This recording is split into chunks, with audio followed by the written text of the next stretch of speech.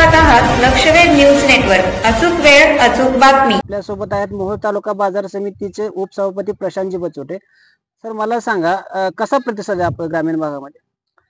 सोलापूर लोकसभेच्या या आजच्या मतदानाच्या दिवशी ग्रामीण भागातून उत्स्फूर्त प्रतिसाद मिळत आहे।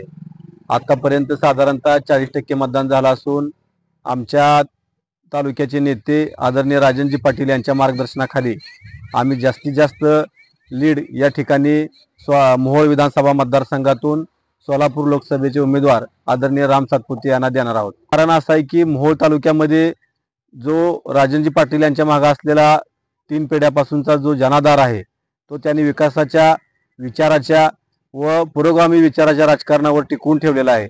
याचमुळे उमेदवार कोण आहे किंवा काय आहे हे न बघता केवळ राजन पाटलांचा आदेश म्हणून आमचे नेते लोकनेते शुगरचे चेअरमन बाळराजे पाटलांचा आदेश म्हणून मोहोळ तालुक्याचे विद्यमान आमदार कर्तव्यदक्ष लोकप्रतिनिधी आमदार यशवंत माने यांचा आदेश प्रमाण मानून अहिल्यादेवी विद्यापीठाचे सिनेट सदस्य अजिंक्य राणा पाटील यांचा आदेश मानून आज मोहोळ तालुक्यातील जो लोकनेते परिवार आहे तो संपूर्णपणे भाजपचे उमेदवार राम सातपुते यांच्या पाठीमागे खंबीरपणे उभा राहिला आहे।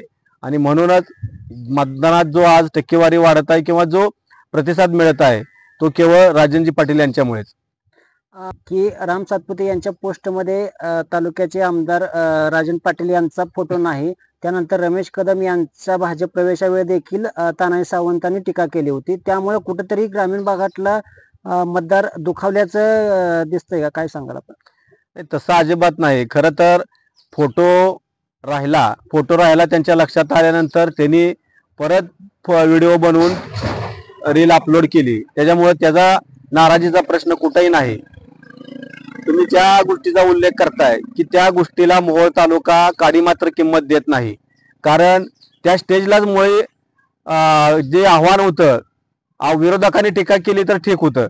कारण ज्यांना जनाधार नाही, जे स्वतःच्या तालुक्यामध्ये स्वतःच्या मतदारसंघामध्ये निवडून आले नाही, त्यांना दुसऱ्या जिल्ह्यामध्ये जाऊन निवडून यावं लागलं, यावरनं त्यांची लायकी सिद्ध होते।